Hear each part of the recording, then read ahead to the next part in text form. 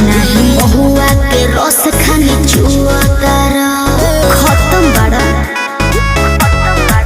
हो नहीं मुअतारा नहीं छुअतारा नहीं महुआ के रस खानी चुअतारा तारा दिलवा में हमारा तो खोट लागता ये छोटी तारा चोटी से चोट लागता सचो ये छोटी तारा चोटी से चोट लागता बर्दाश्त करो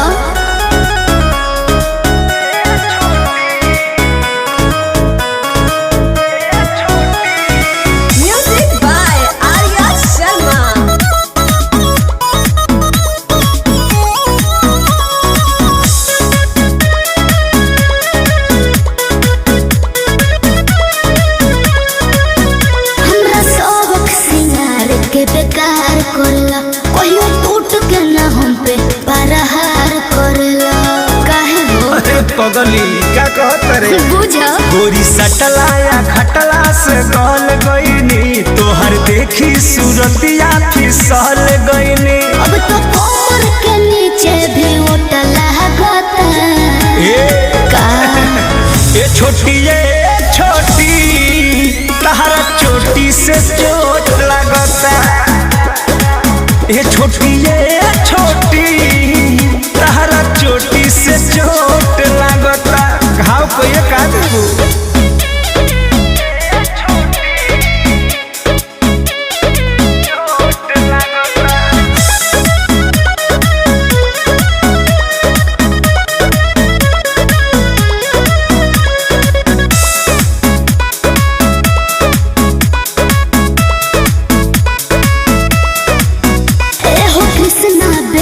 दिया प्रमोद जी प्यार करो नहीं तो होई विरोध जी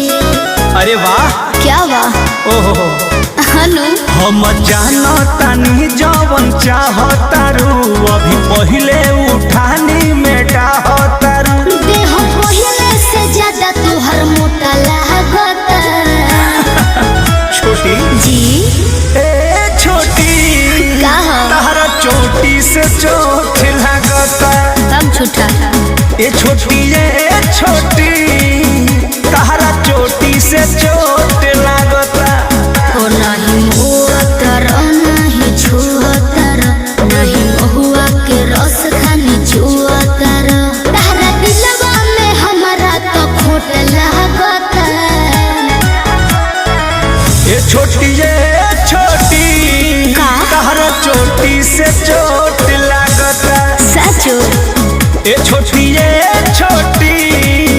तारा चोटी से चोट लगता जान ले लो